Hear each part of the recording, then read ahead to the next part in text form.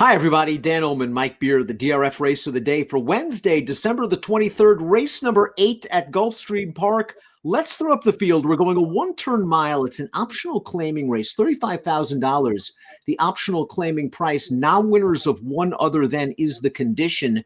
You can download free formulator past performances for this race on the Race of the Day event page, drf.com. Access them, handicap along with us. Mike, we throw up the Timeform US pace projector. Timeform US believes that this pace might be, well, it might be moderate. It might favor horses on or near the early lead. The 2 Recoded has speed. The 6 Abilene Trail. But something tells me that the 4 Sammy Sunshine is going to get a little bit closer to the pace this time around. I think this pace might be fair. Yeah, I won't disagree with that. I mean, I don't know how fast it'll go, Dan, but I sort of agree with you that it could be, a little bit faster than they projected to be. I also felt like, I don't know if you agree with this, felt like the 5 would be, they haven't, her forwardly placed in here, but I think she might be a little more aggressive in this race. It'll be very interesting to see where these horses are placed in the early portion. The One Global Ambition is likely going to be near the back of the pack, probably where Timeform US has her. This is a filly, Mike, that I thought showed a little bit of potential early in her career. Her last 2 running lines are not good, but she did get wired last time out at Laurel in a pretty decent field. The 4th place finisher coming back to run second in New York with a 76 buyer. Yeah, I mean, to me, she's faced a lot better than this in each of her last 2 starts. I don't know if that's enough of an excuse, Dan, because she really didn't do that much running either time, and that's, got to be a pretty big concern. On the other hand, I agree with you. She showed potential early on. She wasn't always, this horse that they would have to take back to last and make one run. So, we'll see if maybe she can get a little more forward here with the rider change. And this is a pretty significant drop in class, too. She's been facing better horses than this.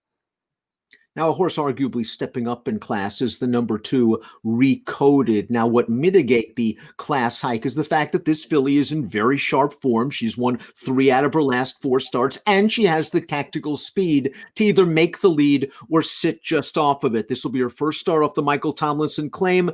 Easy trip last time out, pushing a slow pace, but she won in nice fashion. Yeah, a perfect trip in that race. The pace was not fast, and she did what she had to do to win. It's hard to knock her recent form. As you mentioned, she has been running pretty well. It's worth at least pointing out for a horse who is the morning line favorite since she broke her maiden in all 4 of her wins in races, where they just dropped her down in class to either face claiming horses or starter allowance horses. So I'm going to try and step her back up here in a race that might be run a little bit faster early. And, her trainer, he does a good job. He has terrible, terrible numbers off the claim.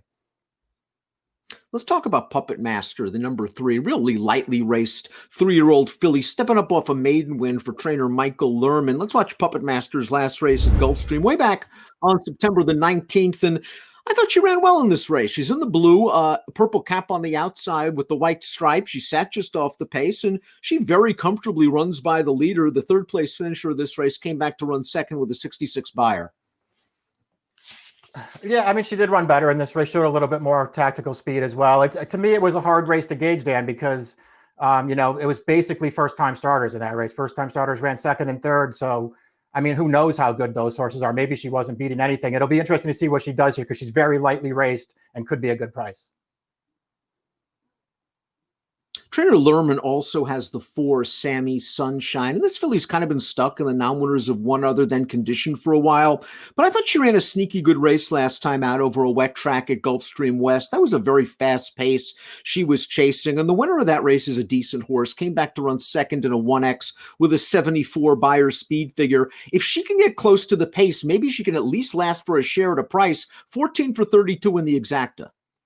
Yeah, I respect her overall form. I respect that she's won 6 times. I just don't like her recent races all that much, Dan. And I just felt like she would have to find a way to really turn it around to be competitive in here. She would have to be a big price to get me interested. While the 5 Ali Z's most recent form doesn't look good at all, she is taking a double drop in class out of the 62.5 2Xs into this 35K 1X, and she was just no match for Dream Marie last time out, a horse that came back to run second in the Grade 3 Rampart with an 87 buyer. I agree with you. I think she can be close to the pace, and she should improve off this giant class drop. Yeah, that's what I thought. I mean, her last 2 races, she had no chance with Dream Marie last time. She had no chance with Bayesian Girl wiring that field 2 bag with a 94 buyer. And she also broke terribly that day. So she was also badly out of position. I mean, I think she has more speed than that. This is a significant class drop for her. She has races prior to those last two dirt starts and the turf start before that. Her dirt form was actually very good. I think she's a major player in here.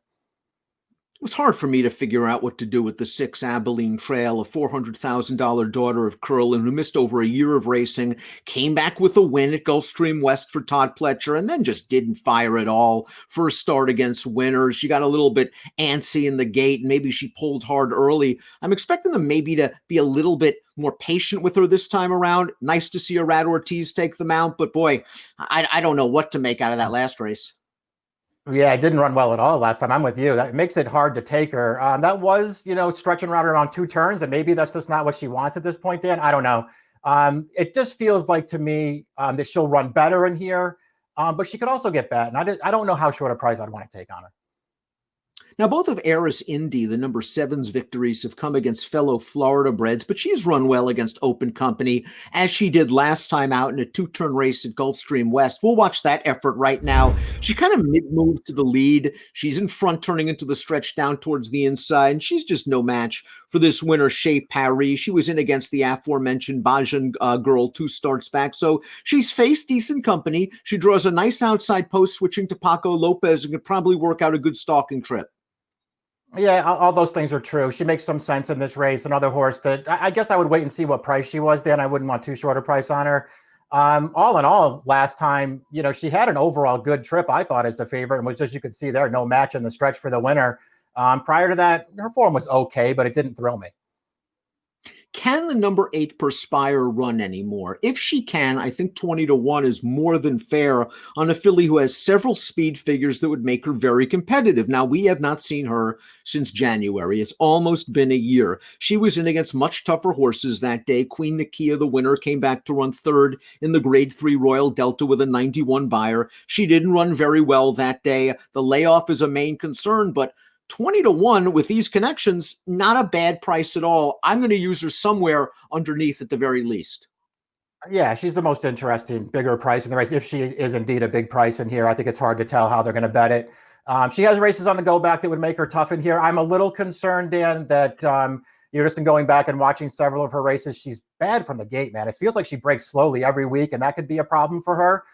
But all in all, based on her form, she's a pretty nice fit in here. Let's take a look at our top picks for the DRF Wednesday race of the day. Mike, you're looking for a price. You're hoping Global Ambition can turn it around.